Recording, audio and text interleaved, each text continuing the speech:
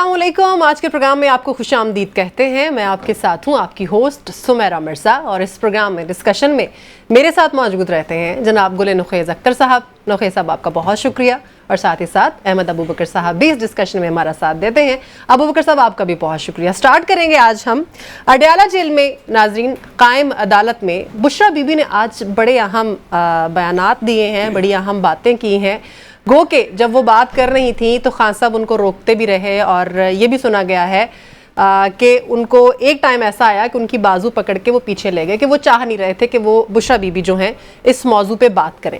उन्होंने ये कहा कि मैं जो शहद खाती हूँ उसमें शायद कुछ मिला दिया गया है, और उन्होंने ये भी कहा कि मैं वो सारा शहद खा चुकी हूँ, अब ज़िंदगी मौत जो है वो अल्लाह ताला के हाथ में है। फिर बुशरा बीबी ने यह भी बात की कि बानी पीटीआई को कुछ हुआ तो अवाम उनको माफ़ नहीं करेंगे।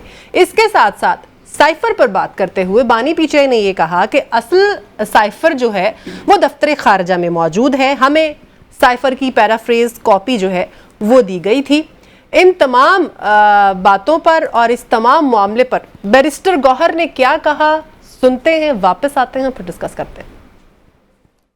ये पॉलिटिकल विक्टिमाइजेशन है, खान साहब को जेल में रखने के लिए एक बहाना है ताकि उन पे प्रेशर डाले और कंप्रोमाइज पे मजबूर करे। लेकिन अल्हम्दुलिल्लाह खान साहब का एक ही कहना है कि मेरा जीना मरना इस मुल्क में है, मैं जब तक रहूंगा इस मुल्क में इंशाअल्लाह ताला कड़े होके मैंने जीना है, और मैं आखिरी बार तक लड़ूंगा। अब इंशाअल्लाह बाय इलेक्शन आ रहे हैं, उन सब के लिए इंशाअल्लाह पाकिस्तान तहरीक इंसाफ जलसों का इनेकाद करेगी। इंशाअल्लाह जलसों में मरवत साहब भी जाएंगे, और सारे कैंडिडेटों से दरखास्त है कि वो मुताल्लिका डीसी को और मुताल्लिका टीएमओस को दरखास्त दे दे ताकि वहां से हम परमिशन ले ले, और इंशाअल्लाह भरपूर कैंपेन करेंगे। और अबू बकर साहब बाई इलेक्शन पे बात कर रहे थे बैरिस्टर गौहर साहब, लेकिन इससे पहले जो बुशरा बीबी ने बात की है मैं उस पर आपका कमेंट लेना चाहूँगी कि ये जो उन्होंने बात की है एक शहद वाली, फिर उन्होंने खान साहब की तरफ इशारा किया कि अगर उनको कुछ हुआ तो अवाम माफ़ नहीं करेंगे। ये कोई खिचड़ी पक रही है पीछे, कोई ऐसी बात है जिसका हवाला दिया है बुशरा बीबी ने? देखिए जी, ये उनके जो कंसर्न है वो बिला जवाज़ तो नहीं हो सकते।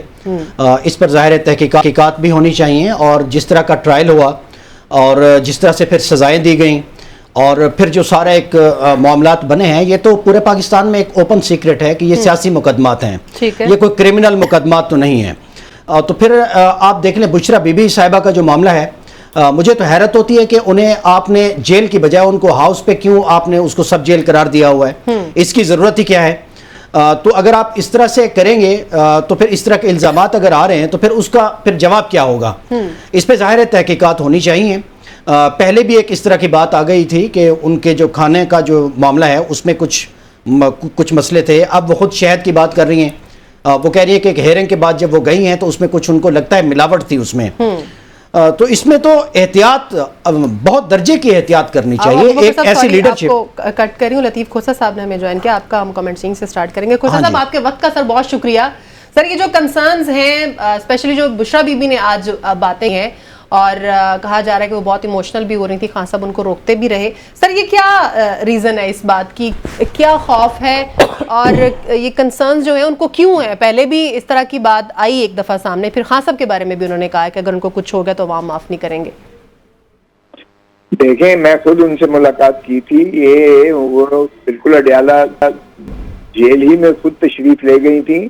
12 बजे का जज साहब ने टाइम दिया था, बशीर चौधरी साहब ने, अकाउंटेबिलिटी कोर्ट के जज ने, और उसके बाद जो है उन्होंने 9:30 बजे उनको सजा सुना दी। हालांकि अभी उनका बयान बकाया था, अभी सफाई बकाया थी, अभी बहस बकाया थी, लेकिन जज साहब ने जिस अंदाज से उसको बुलडोज करके सजा की, बुशरा बीबी ने टेलीविजन पर देखकर खुद चली गई, और उन्होंने कहा कि ठीक है आप सजा की है, मैं आ गई हूँ जेल में, किसी को भेजने की मेरे पीछे जरूरत नहीं है। लेकिन सारा दिन बिठा के सारा शाम को पहले ये करते रहे, सोचते रहे, फिर उन्होंने कहा फलान जगह पे बीबी ने खुद मुझे जो बताई हैं बातें मैं आपको बता रहा हूँ। उन्होंने कहा जी वहां तो जंगल होगा, कहती है मैं ओवर हेयर कर रही थी। फिर उन्होंने कहा ठीक है इनको बनी गाला में इनके घर में ही बंद कर देते हैं।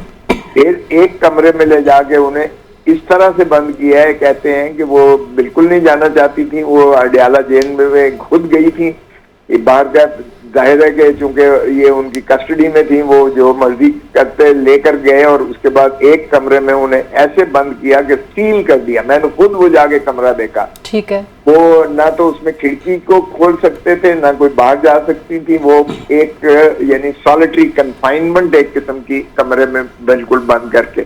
फिर उन्होंने शर्मनाक हरकतें की कि ऊपर कैमरे भी साथ लगा दिए, वॉशरूम में भी कैमरे लगा दिए। अच्छा। और उसके बाद जो उनको खाने को दी चीज जो भी दी उन्हें, उनको कुछ थोड़ी सी तलखी सी लगी, महसूस हुई तलखी सी। तो उन्होंने समझा शायद मिर्चें वैसे ही ज्यादा तेज हो सकता है, ये जो भी है।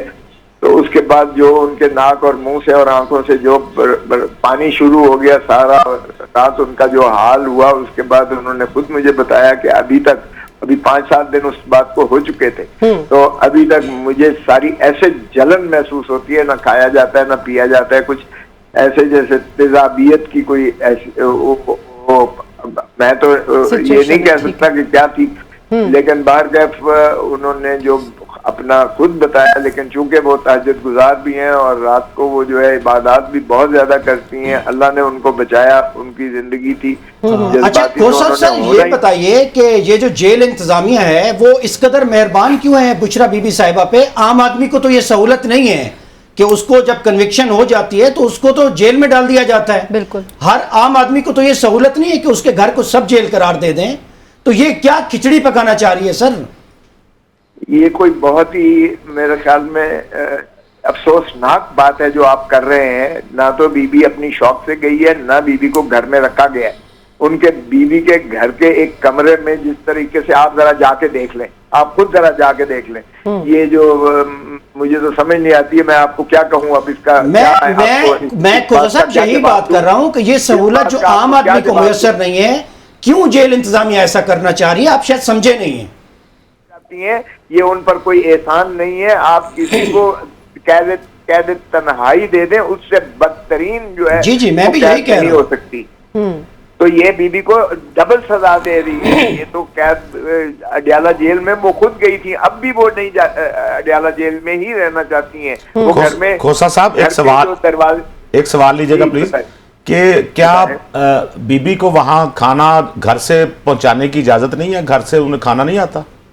बिल्कुल भी नहीं, बिल्कुल सारे घर पे कब्जा है। और ये कोई कम ज़र्फ शख्स ऐसी बात कर सकता है कि उन्हें घर में रखा गया? ये घर नहीं है। नहीं सर, मेरा सवाल सुनिएगा। जैसे खान साहब को आ जाता है ना खाना जेल इंतजामिया की तरफ से, या घर से लोग पहुंचा जाते हैं, क्या ये सहूलत बीबी के लिए नहीं है कि उनके घर से खाना आ जाए? आपको किसने कहा कि खान साहब को घर से खाना आ रहा है? जेल ही की खाना खान साहब को मिल रहा है। माफ कीजिएगा, आपको किसी ने गलत अगर इंफॉर्मेशन दी है कि कोई बाहर से घर से आता है खाना।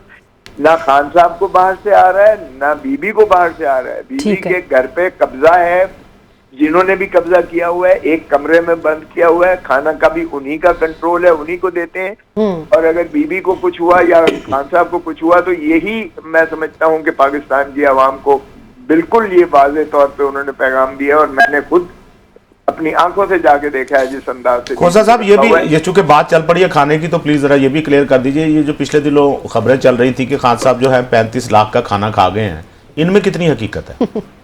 इससे ज्यादा कम ज़र्फी की बात हो नहीं सकती है, इससे ज्यादा घटिया बात हो नहीं सकती है। हमने खुद भी 1-2 दफा खाना खाया है। दाल अच्छी होती है, इसमें कोई शक नहीं है जेल की। चूंकि सुबह से लेके शाम तक हमें मगरिब इशा तक बिठाते थे, जो अदालतें हमारे साथ हशर करती रही हैं जेल में। तो वो खाना कई दफा हमें भी नसीब हुआ है खाना। वो भूख की वजह से भी अच्छा लगता होगा। जाहिर है सारा दिन ये है। लेकिन यार इससे ज्यादा जो मतलब अजीब बातें नहीं हो सकती हैं जो अगर इस तरह की अफवाहें, जितनी तंगी इमरान खान को और बेगम बुशरा फर्स्ट लेडी को दी जा रही है इस तौबत और कैद में, मैं कहता हूँ कोई मर्द आहन और मर्द हो रहा है। ये तो यानी बिल्कुल ना तो वो ब्रेक हुआ है शख्स, और ना ही वो जो है उसका कोई अज़्म में कोई तज़ल्ज़ल आया है। उसने बड़ा वाज़ेह कहा है, ना मैं डील करूंगा, ना मैं मुल्क छोड़ कर जाऊंगा, और मेरा मरना जीना यही है। मैं पाकिस्तान के अवाम को हकीकी आज़ादी दिला के रहूंगा। ठीक। अच्छा खोसा साहब, ये भी फरमा दीजिएगा कि कोर कमेटी के इजलास में गर्मा गर्मी हुई है और कुछ बातें ये भी सुनने को मिली हैं कि वहां पर हाथापाई भी हुई है जो पीटीआई के जो रहनुमा हैं, लेकिन फिर बाद में इसको क्लियर भी किया गया कि नहीं हाथापाई नहीं हुई। क्या ये वही इख्तलाफात हैं जिसकी वजह से फॉरवर्ड ब्लॉक बन रहा है और फॉरवर्ड ब्लॉक बनने की हम बातें सुन रहे हैं पीटीआई में? क्या हुआ आज? वाहियात बात हो नहीं सकती है, कोई फॉरवर्ड ब्लॉक नहीं बन रहा है। जिन लोगों ने गद्दारी की थी खान के साथ, आपने देख लिया कि खटक साहब को इस्तीफा देना पड़ा 8 फरवरी को, लोगों ने जो उनकी दुर्गत बनाई, और तरीन साहब ने पंजाब में इस्तीफा दे के रिटायरमेंट ले ली, जिन्होंने IPP बनाई यहाँ पंजाब में। तो कोई भी फॉरवर्ड ब्लॉक नहीं बनना जा रहा, और ना ही मैंने पंजाब की खुद पिछले ये जो हफ्ते वाले दिन मैंने खुद नशिस्त बुलाई थी, मीटिंग बुलाई थी पंजाब के सारे MPs की, चूंकि सेनेटर्स के लिए हमने जो है उनको बताना था कि किस तरह से वोटिंग होनी है, और उसमें सारे के सारे MPs आए थे, MNAs भी कुछ मौजूद थे मेरे समेत, और कोई ऐसी फॉरवर्ड ब्लॉक वाली सोच भी नहीं सकता, क्योंकि अगर किसी ने खुदकुशी करनी है तो वो और बात है, वो तो फिर जो भी करेगा वो हमारा पहले ही जो छोड़ने से छोड़ चुके, अब तो कुंदन बन के आए हुए लोग वो हैं जिन्होंने जाहिर है कि खान का उनको वोट पड़ा है। वो कोई इतना अगर तो सर फॉरवर्ड ब्लॉक की खुदकुशी करने का कोई सोच रहा है?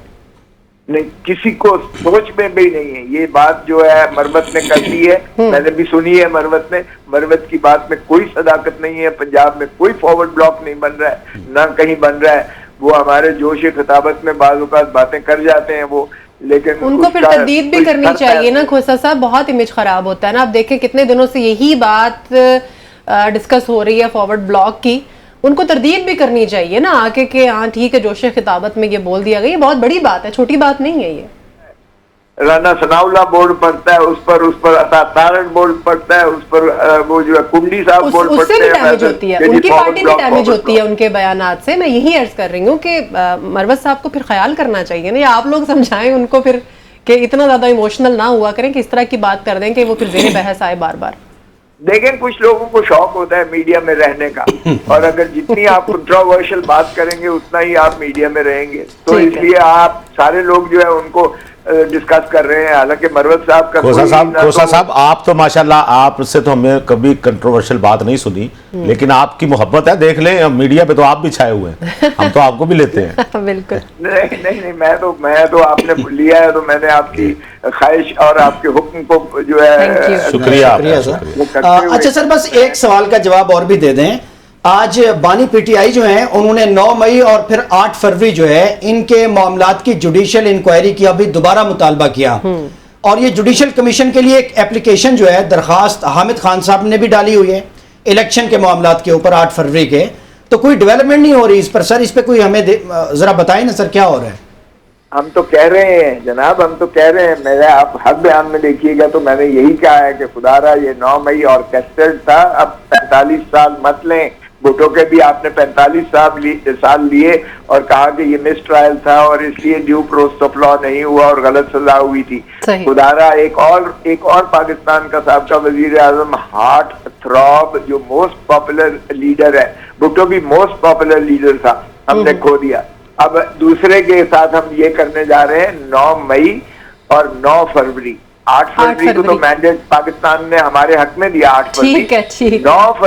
9 फरवरी को जो फॉर्म 47 के जरिए उनको मुनज़्ज़म करने की कोशिश की गई और पीटीआई को मार्जिनलाइज किया गया, 9 मई और 9 फरवरी का ये भी जरा देख लीजिएगा कि क्या फिर एक साजिशी तौर पर हमने इमरान खान और उसकी पार्टी को जो है बखेरने के लिए और मुनक़ते करने के लिए, क्या ये फिर एक वो कौमी सानिया नहीं होगा? ठीक होगा। खोसा साहब एक आखिरी मेरे सवाल का जवाब दीजिए, इंतहाई टेक्निकल सवाल है और ये चूंकि आप जैसा सीनियर वकील इसका जवाब दे सकता है।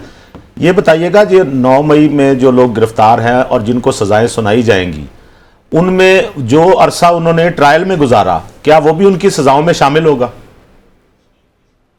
20 ज़ाब्ता फौजदारी यही कहता है और यही बात सुप्रीम कोर्ट ने परसों के लिए रखी है कि बताइएगा इनको, क्योंकि वो कहते थे 2-2, 3-3 साल सजाएं होंगी या बरी हो जाएंगे। जो उन्होंने कहा जो बरी होने या सजाएं आपकी नजर में गुजार चुके हैं उन्हें तो मुखलसी दें, बाकी हम देख लेंगे। तो वो बनाया है। लेकिन आज एक और जो बहुत संजीदा है, पता नहीं आपने क्यों उसको टच नहीं किया। मैं वही पूछना चाह रही थी आपसे। जी प्लीज। इसका जो 6 जजेस साहिबान जी उन्होंने जो खत लिखा है वो बहुत ही संगीन मामला है। पता नहीं आपने क्यों उसको उजागर नहीं सर, किया। इसीलिए नहीं किया कि संगीन मामला है। एग्जैक्टली।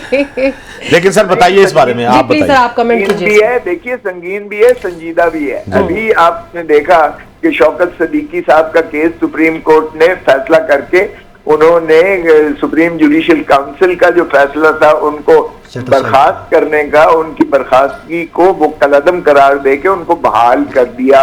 अगरचे वो चूंकि रिटायरमेंट की एज क्रॉस कर चुके थे, वो चीफ जस्टिस बनने का तो खैर नहीं बन सके, लेकिन उनको बाइज्जत तौर पर वो किया गया। वो इल्जाम उन पे यही था कि जो है एजेंसीज उनकी इंटरफेरेंस करती थी जुडिशियल मामलात में, और वो चूंकि वो उनकी मानने को तैयार नहीं थे, उनको बेंचेस से हटाने के लिए, उनको जो है मखसूस जो है फैसले देने के लिए जो थी इतनी इंटरफेरेंस और इंक्लूजन। और ये 6 जज साहबान ने कहा है कि ये भी खुदारा इसको चीफ जस्टिस को लिखा है कि ये इसको भी कंसिडर कीजिएगा और सारे पाकिस्तान को देखिएगा, और बाकी जजेस पर भी क्या इसी तरह से इंट्रूजन और इसी तरह से मुदाखलत हो रही है। तो ये हमारे देखें कि किस कदर जो है सीनियर जज साहिबान ने अपने कंसर्न क्यों किए हैं कि ये अदालती और इंसाफ के ऐवानों में किस तरह से मुदाखलत हो रही है। ठीक है। मैंने तो आज कहा कि काश के हमारे नाम के साथ भी शरीफैन लिखा होता या मियां साहिबान लिखा होता तो जल्दी फैसले हो जाते। एक दिन में जो है 3 केस। नहीं सर, 6 साल लग गए उनके फैसलों को। खोसा साहब 6 साल लग गए उनके फैसलों को। 6 साल में सजाएं भुगती हैं। हसन और हुसैन में उसको 3 केसेस से बरी कर दिया गया। हसन और हुसैन 7 साल की मफरूरी किसी ने नहीं देखी है और एक दिन में उनको बरी कर दिया गया। और खुद यहाँ बायोमेट्रिक जो है मशीन चल के जाती है, एयरपोर्ट पर चल के जाती है और उनको भी एक ही पेशी पर बरी कर दिया जाता है मफरूर रहने के बावजूद। क्या बातें कर रहे हैं आप। ठीक है। सारे खानबादे को बरी कर दिया जाता है सिर्फ जो है एक इस तरह से। वो कहाँ गया मकसूद चपड़ासी, कहाँ गया वो अरबों रुपए, कहाँ गया वो पार्कलैंड व्यू के फ्लैट्स, कहाँ गई वो ऑफशोर कंपनियां जो नेस्कॉल थी, नेल्सन थी, कहाँ गई वन हाइड पार्क। ये सारे के सारे जो है इस तरीके से बरीयत हुई है माशाल्लाह, क्योंकि वो शरीफ खान बादशाह ठीक हो गया सर, वो तो रॉयल फैमिली है, उनको बरीयत मिलती है। और यहाँ इमरान खान अभी तक जेलों में है और हम बहस कर करके जो है हलकान हो जाते हैं, फिर भी फैसले नहीं हो पा रहे हैं। अभी तक रोज की रोज पर जो है लटकाए जा रहे हैं। ठीक हो गया खोसा साहब, तवालत दी जा रही है। जी बहुत शुक्रिया लतीफ खोसा साहब, आप हमारे साथ थे, आपने हमें वक्त दिया। जी अबू बकर साहब, आप जो बात कर रहे थे वो कंटिन्यू करना चाहें या फिर खोसा साहब ने जो बातें की हैं उस पर कमेंट करना चाहें आप? बस मेरा ख्याल है उसी पे हम बात कर लेते हैं कि ये मौका खुद जेल इंतजामिया ने खुद फराहम किया हुआ है। मेरा ख्याल है यही बनता था। उनको सजा हो गई थी बुशरा बीबी को, तो उनको आप अडियाला जेल में उनको दीगर कैदियों के साथ वहीं पर वो अपनी सजा काट लेती तो इस तरह की कोई कंट्रोवर्सी होती ना। मेरा ख्याल है एक ऐसी क़यादत जो मुल्क में हर जगह मकबूल भी हो, बाकियों से आगे हो या पीछे हो, एक अलग बात है। जी। लेकिन एक मुल्क गिर जमात अगर उसकी क़यादत के साथ अगर इस तरह का मामला होगा, क्योंकि वो इमरान खान साहब की अहलिया है, तो उससे कंट्रोवर्सी तो बढ़ेगी। अगर वो कोई भी बात करेंगी, चाहे उनका वहम हो या कोई ऐसा गुमान हो या उनको एक ऐसा कोई शक हो, तो जाहिर है इसके नताइज तो फिर ठीक नहीं होते। जब लोग आपके साथ जुड़े होते हैं, एक बड़ी सियासी जमात भी और ओवरऑल भी जो एक माहौल है इस मुल्क में वो ऑलरेडी को अच्छा तो नहीं है। ठीक है। इलेक्शन के नताइज के बाद की भी जो सफोकेशन है, बेचैनी है, जो प्रॉब्लम है, उसमें अब मुझे हैरत है कि कौन है वो फैसला साज, किसका वो दिमाग है जो ये फैसला कर रहा है कि इनको अपने घर में इस तरह से सब जेल करार दे दे। वो जेल में जाना चाहते हैं, उन्होंने पिटीशन भी डाली थी इस्लामाबाद हाई कोर्ट में, आप उनको भेज दें ताकि इस तरह की कोई कंट्रोवर्सी हो ना। अगर आप इस तरह से करते रहेंगे तो रोजाना कोई ना कोई नई चीज होगी। जाहिर है जो बंदा परेशानी में होता है, जेल में होता है, सजा काट रहा होता है, उसको तो कहीं पता भी खड़क उठे तो उसको लगता है कि शायद ये कंट्रोवर्सी है, शायद ये किसी ने किया है। तो मुझे हैरत है कि ये मौका दिया क्यों जा रहा है। ठीक हो गया। अच्छा नुखैर साहब, जो जिस तरह से लतीफ खोसा साहब ने ये बात की है ना, कि बुशरा बीबी को जिस माहौल में रखा गया, तो उनके अकॉर्डिंग तो जेल से भी बदतर माहौल में उनको रखा गया है, जेल से भी जो है वो सख्त माहौल में उनको वहां पर रखा गया है। तो आप इस चीज से एग्री करेंगे कि एक घर में इस तरह से रखा जा सकता है किसी को? हाँ, पहली बात तो ये है कि उनको घर में नहीं रखा गया, उनको घर के कमरे में रखा गया। जी जी। तो वो जेल में भी रहती ना, तो इस कमरे से गालिबन उनका बैरक जो है वो सेल जो है वो छोटा होना था। अच्छा, ठीक है। तो लिहाजा ये नहीं हो सकता कि उनको बनी गाला के पूरे घर में आज़ादी दी जाए कि वो जहां मर्जी जा सकती है। तो जेल है ना, सजा है, बिल्कुल। और सही गलत का फैसला तो इन्होंने अपीलें की हुई हैं, वो तो उसमें हो जाएगा। फिलहाल तो ये एक सजा है, और सजा के तौर पे उन्हें यूं समझ लें कि बनी गाला में ही एक हिस्से को जेल करार दिया हुआ जी जी। और वो जो हिस्सा है उसको जेल की तरह ही रखना है ना। उसमें ये खिड़कियां, और ये जेलों में अगर होती हैं तो फिर वहां भी होनी चाहिए खिड़कियां। सही। और हाँ, ये जो उन्होंने कहा ना कि मुझे शहद में कुछ मिला के दिया जाता है, शहद में मिलावट होती है, तो अल्हम्दुलिल्लाह मैं भी जो शहद खरीदता हूँ वो भी ठीक नहीं होता, वो मिलावट शुदा जो मैं मार्केट से हम लेते हैं ना, उसमें भी हमें फील होता है कि यार ये असली शहद नहीं है। तो हो सकता है वो असली शहद खाने की आदी हो, और अब जो उन्हें शहद दिया जा रहा है वो कहीं मिलावट शुदा मार्केट से खरीद के दिया गया। मेरा ख्याल है एक बारीक नुक्ता ये है कि जो जेल होती है ना, जेल का बहरहाल एक माहौल होता है, एक कलेक्टिव सा एक माहौल होता है वहां पे। इतनी बात कीजिएगा कि मेरी बात कटे ना, बस मैं इसी में ही बात कर रहा हूँ। तो ये मौका दिया क्यों जा रहा है? मैं बताता हूं। आप क्यों खामखा उनको ऐसे कमरे में रख रहे हैं जिस पर उन्हें भी एतराज है? मैं नहीं, ये काबिल दिफा बात नहीं। आप ये किसी को ये हक नहीं कि वो ये कहे कि मैं मुझे इस जगह पे क्यों रखा गया। ठीक है, जेल जेल है ना, फिर क्या करें? जेल है ना, उसका सुन लेना, मैं ये सवाल अब उसी सवाल का मैं जवाब दूंगा, जान के मान पाऊं तो अर्ज करूं। आपको याद होगा मरियम नवाज को भी जब जेल हुई थी तो उन्हें ऑफर की गई थी कि आपको रेस्ट हाउस में रख देते हैं, अच्छा, आप वहां रह लें, याद होगा आपको? सुना, ठीक है। उन्होंने इनकार किया था। अब इसमें जो है जो अब फिर मैं कहूंगा, मैं वैसे जराए की बात करता नहीं होता, सुनो तो सही ना, पिटीशन डाली हुई है, वो भी जराए में रुकवाई हुई है। नहीं, सुन ले उसमें भी हिच है ना कोई अपना कमाल। ये इसमें बहरहाल उनकी मर्जी शामिल है। अच्छा, मैं मुख्तसर यही बता सकता हूँ। तो फिर पिटीशन किस लिए? ठीक है, वो देखे ना, है सुन लें और कर दें। और फिर मेरा जुमला अधूरा रह गया यार, इतना अच्छा आपको मिसरा सुनाने लगा था, आपने गला घोंट दिया। है कवाकिब कुछ नजर आते हैं कुछ, ठीक है, इसको बात को जाने दीजिए। और वहां पे जो बनी गाला में उनका कहना कि मुझे मसाला सालन तेज दिया गया, क्या रोज ऐसा ही हो रहा है? हाँ, कभी हो जाता है, हमारे घरों में भी हो जाता है भाई, मसाला कभी तेज हो जाता है, नमक तेज हो जाता है, कभी हमें अपने घर के खाने से फूड पॉइजनिंग हो जाती है। ऐसा ही है, तो ये अगर तो रोज का मामला है तो ये खतरनाक है और इसका एक्शन लेना चाहिए, ऐसा नहीं होना चाहिए, बिल्कुल हक में हूं। और फिर उनका कहना जी शहद मैं खाती हूँ, फिर अच्छा अगले जुमले की मुझे समझ नहीं आई, उन्होंने कहा खान साहब को कुछ हुआ जी, मैं भी शहद तो ये खा रही है तो खान साहब को क्यों कुछ होगा? हाँ जी, ये जुमले एक ही है ये जी, ये मतलब उन्होंने जो पूरा अपना एक बयान दिया है ना, उसमें उन्होंने ये बात भी गैप आना चाहिए ना, शहद वाली बात के बाद खान साहब वाली बात है ना, वरना तो समझ नहीं आता ना, इसका सीक्वेंस समझ नहीं आता। अच्छा, ये कहा गया जी सियासी मुकदमात हैं, सियासी नहीं है भाई, क्रिमिनल मुकदमात है, ये क्रिमिनल केसेस है। जो तोशा खाने वाला केस है वो क्रिमिनल नहीं है, जो अलकादिर यूनिवर्सिटी वाला केस है 190 मिलियन पाउंड का, वो क्रिमिनल नहीं है, वो इद्दत वाला जो केस है वो क्राइम नहीं है। या तो कहें कि आपकी अदालतों में खत लिखा है ना जजेस ने, इसके बाद तो और फिर क्या मैं आपको उस तरफ तो आते हैं ना, उस तरफ तो आते हैं आप। एक के कह रहे हैं कि क्या हो रहा है, साहब आप सियासी मुकदमात हैं, जो आपके हक में कोई बात जाती है उसके बाद कोई बात रह ही नहीं जाती आपकी तरफ से। सुने आप सुने बात का मामला नहीं है। आप देखें, मैंने आपकी सारी बात सुनी है, दोनों के लिए खतरनाक बात है, सारी बात सुनी है अबू बकर साहब आपकी, लेकिन वो नहीं, डिबेट फिर ऐसे ही है ना सर, आप देखें ना, हम एक दूसरे से गुफ्तगू कर। अच्छा, आप इजाजत है, आप जब बात शुरू करें तो मैं दरमियान में उसी वक्त काट दूं। सर आपको कोई नुक्ता एतराज है तो जरूर आप नहीं, वो नुक्ता एतराज से वो सारा आपका जो सीक्वेंस टूट जाता है, फ्लो खराब हो गया। मैं जो बात करना चाह रहा हूँ ना उसको सुन ले, आपके पास एक पेन है उसमें मेरा ख्याल स्याही भी होगी, इससे उसको लिखते जाएं और लिखने के बाद जो जवाब आपके ज़हन में आए वो आप दे दें। लेकिन आप जितनी दफा मुझे इंटरप्ट करेंगे मैं शुरू वहीं से होऊंगा, लिहाजा मेरा वो टाइम शुमार ना किया जाए। तो इन्होंने कहा जी कि मुझे जेल का खाना, मुझे घर का जो खाना है वो ऐसा होता है फलाना। पहली बात, वो जेल का खाना है, जेल का खाना है, बिल्कुल ऐसा ही। जेल में क्या खाना होता होगा? जेल को आपको वहां पे ये तो नहीं, फास्ट फूड तो नहीं मिलता ना जेल में।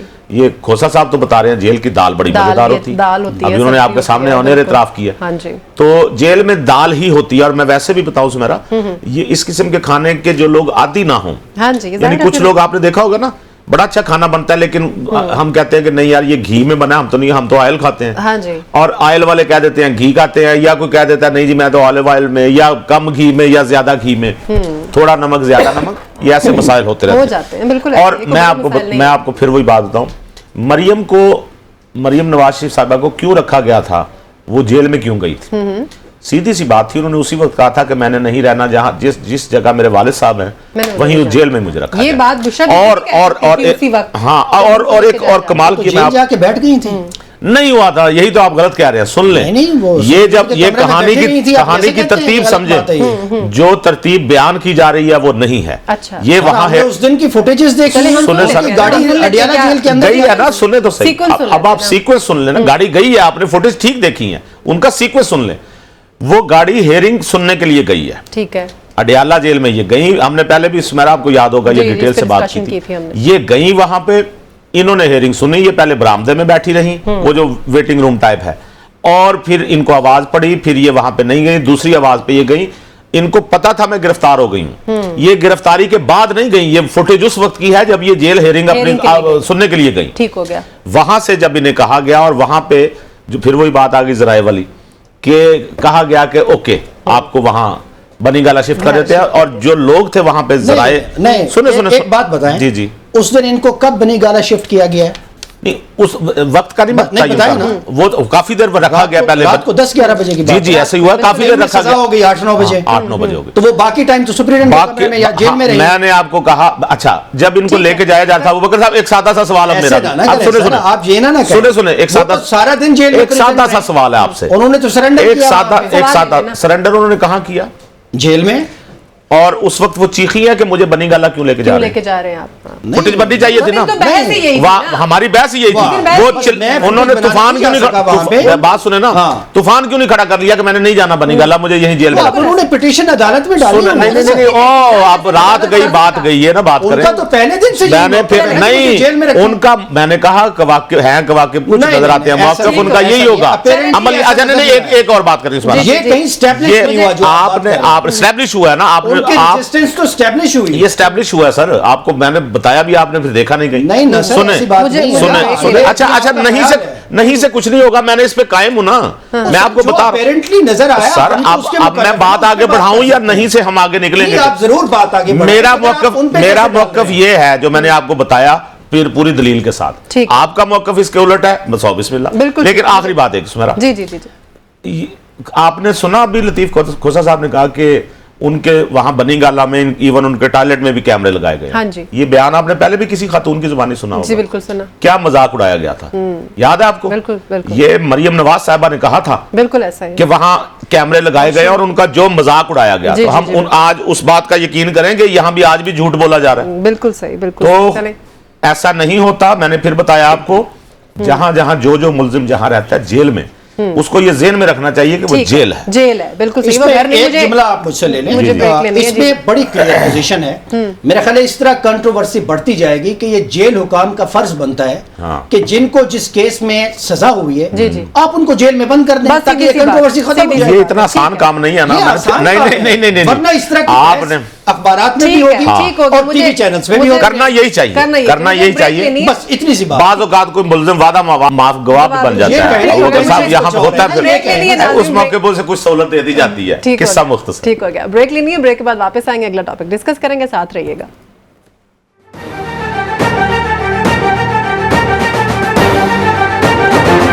ब्रेक के बाद एक बार फिर से हाजिर हैं अबू बकर साहब। आज बड़ा एक अफसोसनाक वाक़या हुआ है। ज़ाहिर है हम लोग बहुत अरसे से दहशतगर्दी का शिकार हैं, और आज जो हमारे चाइनीज़ भाई हैं वो भी इसकी जद में आए हैं, और एक जो है हमारे पाकिस्तानी हैं और बाकी चाइनीज़ जो हैं वो इसकी जद में आए हैं और उनकी डेथ हुई है। इसके ऊपर एक पैकेज मुलाहिज़ा कीजिए, देख के वापस आके फिर इस पर डिस्कस करते हैं।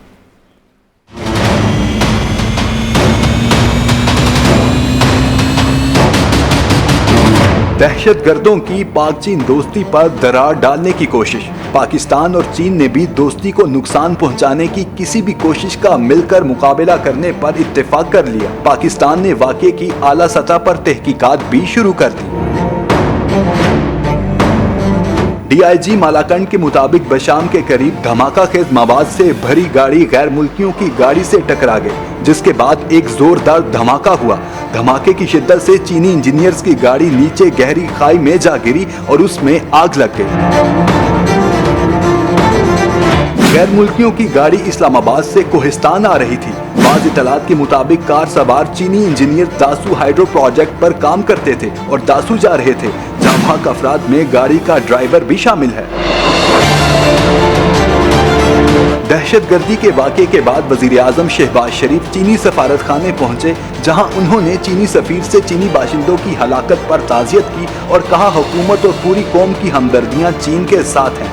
चीनी सफीर से गुफ्तगू में वज़ीर आज़म ने चीनी सदर और चीनी वज़ीर आज़म के लिए वाक़े के हवाले से ताज़ियती पैगाम दिया और कहा कि सीपैक के दुश्मनों ने एक बार फिर से ऐसी बुज़दिलाना हरकत से इसे मुतज़लज़ल करने की साजिश की है, मगर दुश्मन अपने नाकाम अज़ाइम में कभी कामयाब नहीं हो सकता। इससे पहले वज़ीर दाखिला मोहसिन नकवी ने चीनी सफीर से मुलाकात में वाज़े पैगाम दिया कि चीनी बाशिंदों पर हमला पाकिस्तान पर हमला है, दहशतगर्दों को जमीन पर छुपने की जगह नहीं मिलेगी। इन्हें अबू बकर साहब क्या कहेंगे आप इस पे? बड़ी बहुत दुख और अफसोस की ये सारी सूरत हाल है। ये अब एक मसलसल एक सिलसिला सा शुरू हो गया है। पहले हमने गवादर में देखा, तुर्बत में भी ऐसा होता है, ये आज भी यहाँ पे हो गया है। तो बहुत दुख और अफसोस है। गवर्नमेंट ऑफ पाकिस्तान जिस तरह प्राइम मिनिस्टर गए हैं, चीनी सफीर से मिले हैं, तो बिल्कुल उन्होंने इन्हीं जज्बात का कौम के जो जज्बात हैं इस वक्त उनका इजहार किया, अफसोस भी किया, क्योंकि ये जो सीपैक है पाकिस्तान की मुआशी तरक्की है और ये जो डेवलपमेंट है, इस पे तो चाइना और पाकिस्तान जो है वो सेम पेज पे हैं। ठीक है, और इस पर पाकिस्तान के तमाम इदारे भी, पाकिस्तान की सियासी जमातें भी, पाकिस्तान की तमाम हुकूमतें भी।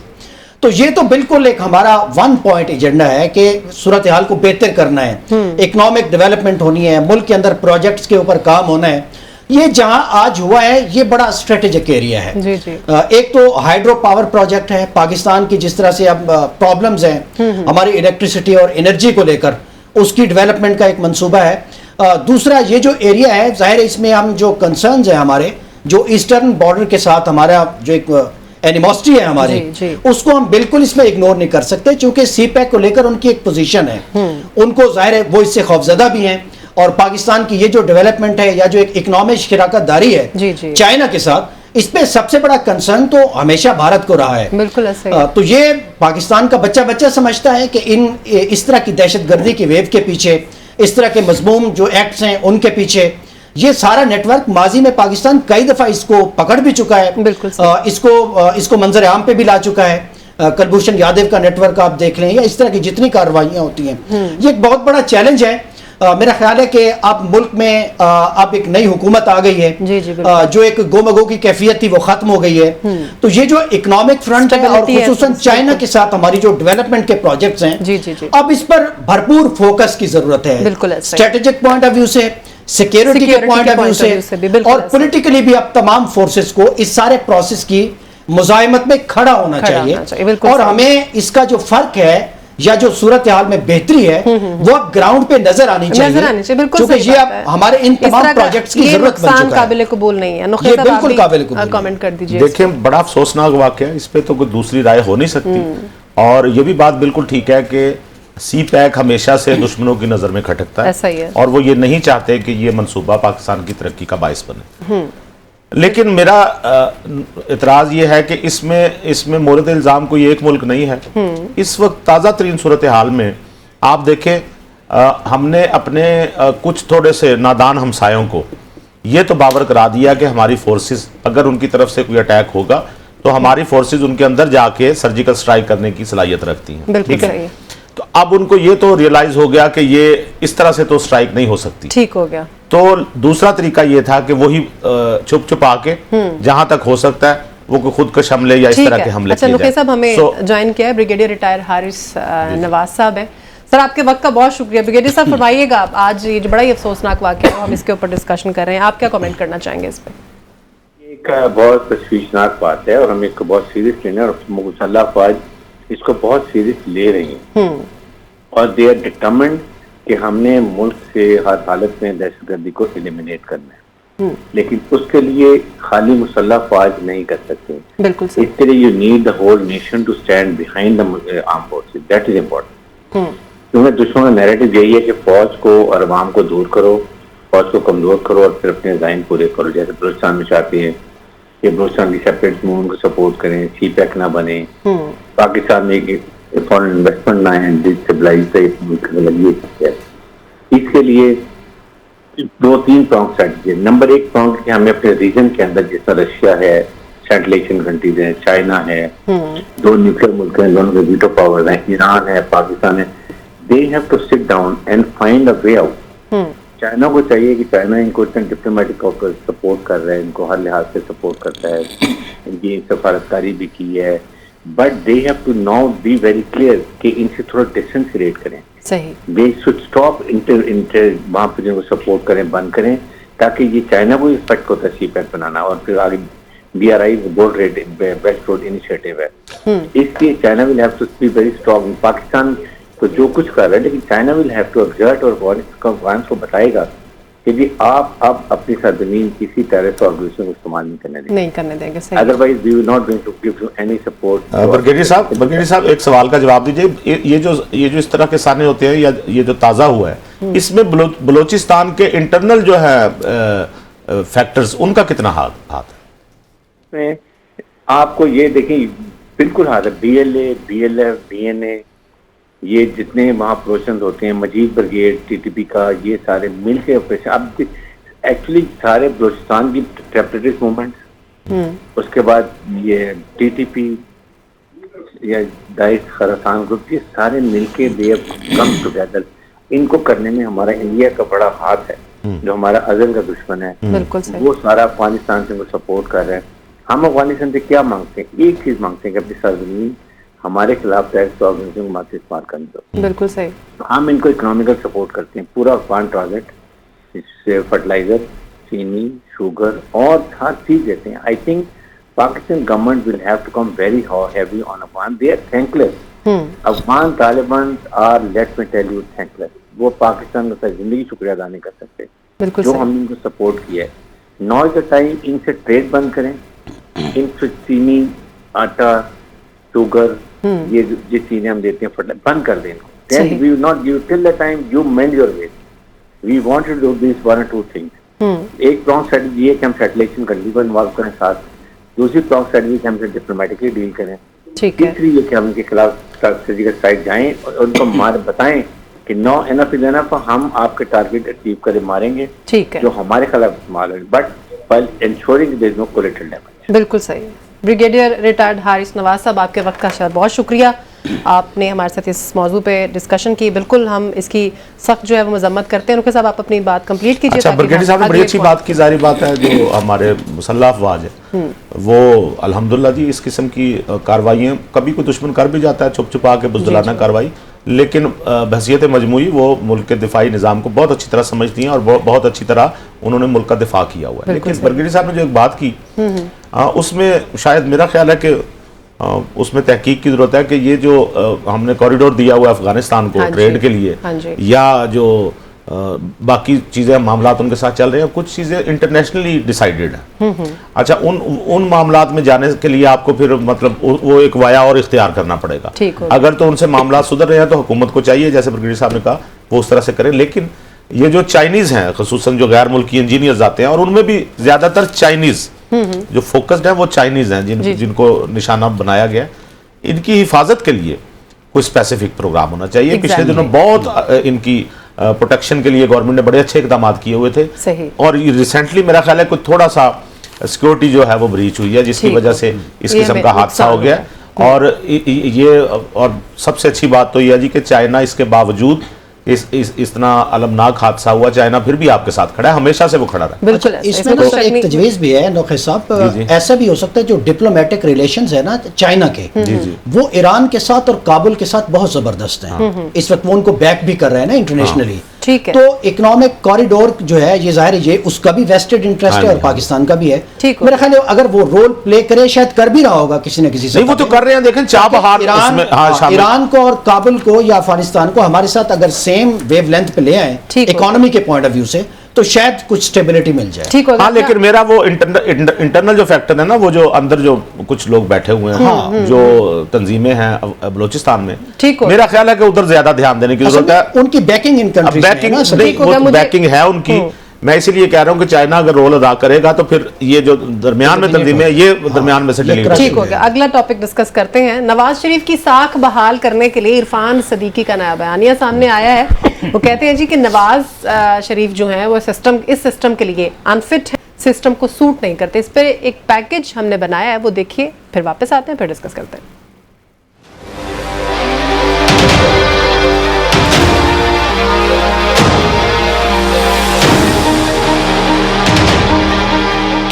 कम से कम मुझे ये मालूम था कि मियां साहब ने शायद वज़ारत उज़्मा नहीं लेनी।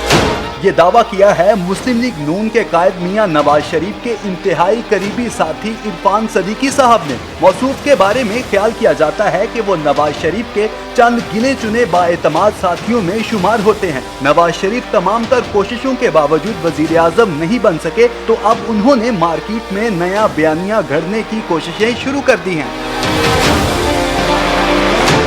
बदकिस्मती से जमीनी हकायक इरफान सदीकी के दावे की नफी करते नजर आते हैं। नवाज शरीफ वजीर आजम बनना चाहते थे या नहीं, इसका अंदाजा उनकी वतन वापसी से लेकर 8 फरवरी की रात तक होने वाले वाकयात से बआसानी लगाया जा सकता है। मियां नवाज शरीफ वतन वापस आए तो फिजा वजीर आजम नवाज शरीफ के नारों से गूंज उठी। नून लीग की इंतखाबी मुहिम का मरकजी नुक्ता यही रहा कि नवाज शरीफ ही आइंदा वजीर आजम होंगे। कई जलसों में मरियम नवाज खुद वजीर आजम नवाज शरीफ के नारे लगवाती रहीं। फख्र हमारा अल्लाह के फजल से, अल्लाह के करम से। इलेक्शन से एक रोज कबल तक मुल्क भर के अखबारात में सफा अव्वल पर पूरे सफे के इश्तिहार छपवाए गए, जिनमें नवाज शरीफ को वजीर आजम बनाकर पेश किया गया। 8 फरवरी को अवाम वोट के जरिए नवाज शरीफ के रास्ते की दीवार बन गई। मुस्लिम लीग नून न सिर्फ सादा अक्सरियत हासिल कर सकी, बल्कि कौमी असम्बली में पहले नंबर पर भी ना आ सकी। नवाज शरीफ को अपनी दिली ख्वाहिश, पार्टी के इंतखाबी मुहिम और कई महीनों से अपने हक में जारी जोड़ तोड़ के बावजूद वजारत उज़्मा से मजबूरन पीछे हटना पड़ा। वजीर आजम का ओहदा उनके छोटे भाई शहबाज शरीफ ले उड़े। मुबस्सरीन का कहना है अब इरफान सदीकी जैसे लीगी रहनुमा अंगूर खट्टे निकलने पर खसियानी बिल्ली बनकर खंबा नोचने की कोशिश कर रहे हैं। सियासी मुबस्सरीन का कहना है कि इरफान सदीकी जैसे मुशीर या तो नवाज शरीफ के दुश्मन निकले या उनको इस बात का इदराक ही नहीं हो सका कि नवाज शरीफ के साथ तारीखी हाथ होने जा रहा है। मुबस्सरीन ने नवाज शरीफ के मुशीरों के इंतखाब पर भी हैरत का इजहार किया है कि वो इन जैसे लोगों से मुशावरत करके अहम फैसले करते हैं। उनका कहना है कि नवाज शरीफ की वजीर आजम बनने में नाकामी से इरफान सदीकी जैसे उनके मुशीरों की असल अहलियत और सियासी बसीरत का पर्दा भी चा कर दिया है। अबू बकर साहब, ये जो हमने अभी पैकेज देखा है और इरफान सदीकी ने जितनी भी बातें की हैं, क्या ये वाकई नवाज शरीफ साहब की जो एक साख हमें नज़र आ रही थी कि वो तो वज़ीर आज़म बनने आए थे, फिर नहीं बन सके, उसको बहाल करने का एक तरीका है? आपकी इजाज़त हो सुमेरा, तो इस पे पहले मैं ही इज़हार चले, मेरा सवाल आपसे और है फिर वो आप अबू बकर साहब से बात करके वो सवाल दोबारा करें आपकी इजाज़त से। पहली बात तो ये कि ये जो लफ्ज इस्तेमाल किया जाता है ना, मुबस्सरीन ने ये कहा, किस मुबस्सर ने कहा है? खिसियानी बिल्ली खंबा नोचे जैसे अल्फाज किस मुबस्सर बाय नेम बताएं ना। और ये बड़ा सेफ होता है, आपने पैकेज बड़ा सेफली बनवा लिया कि मुबस्सरीन ने ये कहा है। मुझे लग रहा है किसी मुबस्सरीन ने कहा, और मुबस्सरीन ने अल्हम्दुलिल्लाह इरफान सदीकी के खिलाफ ही बातें की हैं। मुबस्सरीन भी लगता है माशाल्लाह एक ही पार्टी के हैं। दूसरी बात, इंतहाई शानदार कॉल, अगर आपने नसर पढ़नी हो ना, नसर में आपने शायरी का मजा लेना हो तो इरफान सदीकी को पढ़ना, ठीक है। और नपी तुली बात, शान और उस्ताद रहे हैं वो, और इससे अच्छे बंदे और क्या हो सकते हैं जो मियां साहब को मुशीर के तौर पे मुयस्सर आए। और दूसरी बात, सिस्टम सूट नहीं करता। पहली बात तो ये है कि इलेक्शन में तो ये भी नारे लगे थे कि ये अगर आप पीटीआई को वोट देंगे तो खान साहब बाहर आ जाएंगे, ठीक है ना, जेल से रिहाई मिल जाएगी उनको, ये तासुर दिया गया था ना, तो वो आ गए बाहर। दूसरी बात, अब पैकेज में आपने कहा जी वो कौमी असम्बली में सब में भी नंबर 1 पार्टी ना बन के आ सकी, तो नंबर 1 तो कौमी असम्बली में वही है, कौन सी है दूसरी और पार्टी?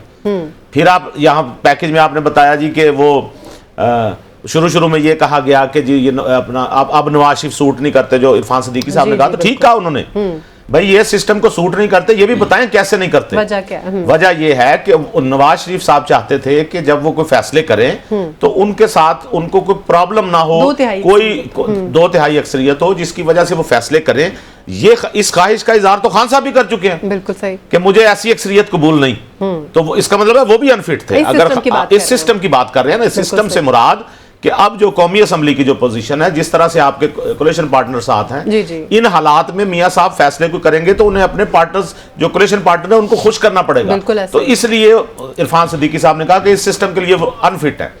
तो इसमें कौन सी ऐसी बात आ गई? और जो शहबाज शरीफ साहब हैं वो चूंकि इसी पिछला जो गवर्नमेंट चली है इसका हिस्सा रहे हैं, वो ताजा तरीन सूरत हाल में ऐसे अपने पार्टनर्स के साथ चल सकते हैं, लिहाजा वो बेहतरीन है। पहले भी उन्होंने बेहतरीन कारकर्दगी दिखाई थी, इसीलिए उनसे उम्मीदें हैं कि अब की बार भी वो बेहतरीन कारकर्दगी दिखाएं। ठीक है जी अबू बकर साहब। देखें जी, इरफान सिद्दीकी साहब ने जो बात की है अपेरेंटली तो वो दुरुस्त दिखाई देती है, और ये बहरहाल कहीं ना कहीं कोई हिकमत अमली भी हो सकती है, चूंकि मियाँ साहब की शख्सियत को और उनका जो स्टेचर है, चौथी दफा प्राइम मिनिस्टर बन रहा है, उसको बहरहाल डेंट तो पड़ा है। चूंकि सूरत हाल 8 जो फरवरी के इलेक्शन के नताइज हैं, उसके बाद ऐसी इमर्ज कर गई कि जो उनका प्लान था वो तो नहीं हो पाया। ठीक है, लेकिन ये बात चूंकि देखें वो मियाँ साहब के बहुत बाएतमाद रुफ़का में से हैं, उनके सियासी मुशीर भी हैं वो एक तरह से, और ये उनकी तकरीरें भी लिखते रहे, इस सतह का उनका एतमाद है। मैं उन्हें राइट हैंड तो नहीं कहता, चूंकि मियाँ साहब खुद भी एक सीनियर सियासतदान है, ठीक है, बहुत क्लोज है, लेकिन उनका ये कहना कि उन्हें 2 महीने पहले से भी उनका ये ख्याल था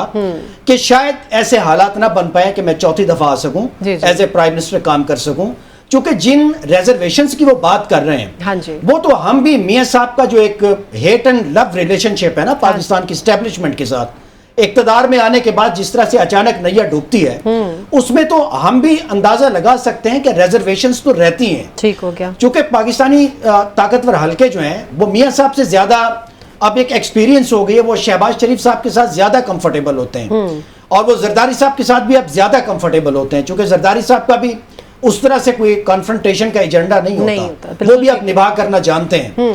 तो इसमें कोई ऐसी बड़ी बात भी उन्होंने नहीं की, और ये हकीकत के बहुत करीब बात भी की है।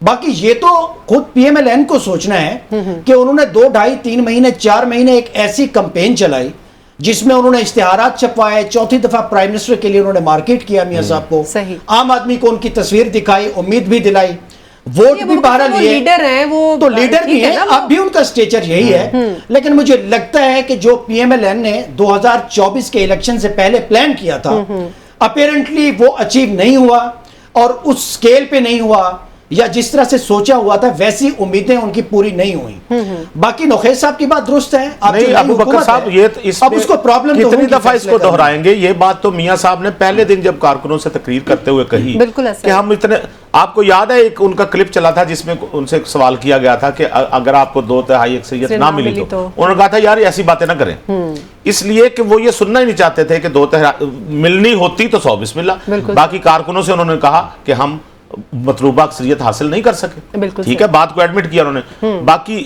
ये कहना कि जी वो क्यों नहीं पहुंचे वहां पे, देखिए मियां साहब वजीर आजम बने या ना बने, ये पार्टी उनकी है अल्हम्दुलिल्लाह, और उनके जो नीचे लोग मौजूद हैं वो उनके रुफका मौजूद हैं। इरफान सिद्दीकी जैसे पढ़े लिखे शख्स के बारे में ये कहना कि वो उन्होंने लुटिया डबो दी और वो खिसियानी बिल्ली खंबा नोचे, इंतहाई नामुनासिब, एक मिनट अबू बकर साहब, इंतहाई नामुनासिब अल्फाज है।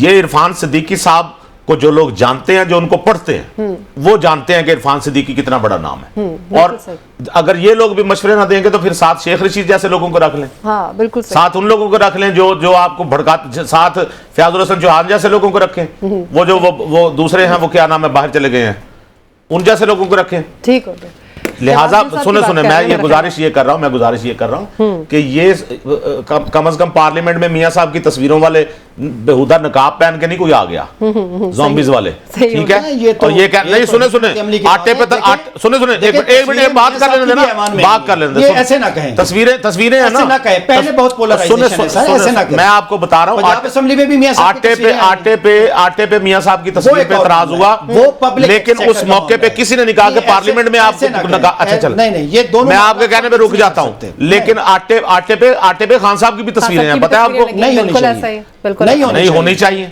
उनकी केपी हुकूमत अगर आटे पे नवाज शरीफ की तस्वीर पे पैकेज बनते हैं और इतनी बहस होती है तो आटे पे इमरान खान की तस्वीर भी साथ लगानी चाहिए थी कि ये भी हुआ है, आवाज उठाऊंगा, ये भी बताना चाहिए था कि ये भी हुआ है। दोनों की आवाज हमें उठानी चाहिए, दोनों की, कि भाई यार ये भी हुआ है, तो एक शख्स को ना फोकस करें। बिल्कुल। अच्छा अबू बकर साहब, वजीर आजम साहब ने ये बात की है कि कशकोल की जो पॉलिसी उसको तर्क करना होगा। अब कर्जों में इस वक्त डूबा हुआ है पाकिस्तान, क्या इस सिचुएशन में इस पॉलिसी को तर्क करना हमारे लिए मुमकिन है या देखिए ये तो ख्वाहिशात हैं और नारे हैं और आवाम का दिल लुभाने के लिए। बिल्कुल सही। ये हमेशा से लगते आए हैं और शायद अब कई दिहाई तक लगते भी रहेंगे। पाकिस्तान इस इकोनॉमिक मैस से अभी नहीं निकलने जा रहा। खुद PMLN की लीडरशिप कह चुकी है कि 2-2.5 साल में कोई रिलीफ नहीं है। ठीक है, तो ये कशकोल तोड़ने की ख्वाहिश रखना तो अच्छी बात है, इस डायरेक्शन में कदम भी उठाना चाहिए। बिल्कुल सही है। कुछ ऐसी पॉलिसीज भी बननी चाहिए, ऐसी दुआ करें ऐसा हो जाए, दुआ करें कशकोल टूटे, अल्लाह करे ऐसा हो जाए। लेकिन मुझे लगता है हालात ऐसे नहीं। मेरा जुमला तो सुन लें, दुआ करें। एंड में मैं आपको खूबसूरत सा जुमला दे जाता होता हूं ताकि आप लोग जरा, अभी एंड नहीं है हमारे पास एक बहुत अहम टॉपिक है। मैं कह रहा हूं चले हम फर्ज कर लेते हैं एंड है, इस टॉपिक का एंड है ना, ये जुमला आया है तो टॉपिक का एंड है। तो मैं कह रहा हूं कि दुआ करें कि कशकोल टूट जाए, लेकिन बाद औक़ात होता यह है कि कशकोल टूट के देग ले ली जाती है। हाँ जी। तो कशकोल टूटे और उसके बाद कोई ऐसा अल्लाह करे कशकोल ना आए या कोई ऐसी चीज ना आए जहां पे हमें ठीक है। बिल्कुल सही है। उन्होंने शहबाज शरीफ साहब ने तो ये भी कहा है कि कशकोल लेकर ना आ जाए तो कहते हैं बगल में छुपाया है। खैर अगला टॉपिक जो है वो हमारा बहुत ये भी बहुत अहम है, जिसपे हमने खोसा साहब से भी सवाल किया था। मैं दोनों का एक एक कॉमेंट इस पे लेना चाहूंगी। अबू बकर साहब पहले आप इस पे कॉमेंट कर दीजिए। ये जो एक बड़ा अहम खत मंजर आम पर आया है 6 जजेस का सुप्रीम कोर्ट जुडिशल काउंसिल को जो लिखा गया है, इसके ऊपर आप क्या कमेंट करना चाहेंगे?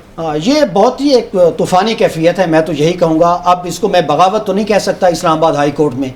6 के 6 जजेस जो हैं अब उन्होंने एक पोजीशन वाजे कर ली है। उनका 12 सफ़ों का ख़त है। सफ़ा नंबर 8 से लेकर 12 तक तो उन्होंने उन खतूत का हवाला दिया है जो 2023 में और 24 में मौजूदा chief justice Islamabad high court को उन्होंने लिखे हैं।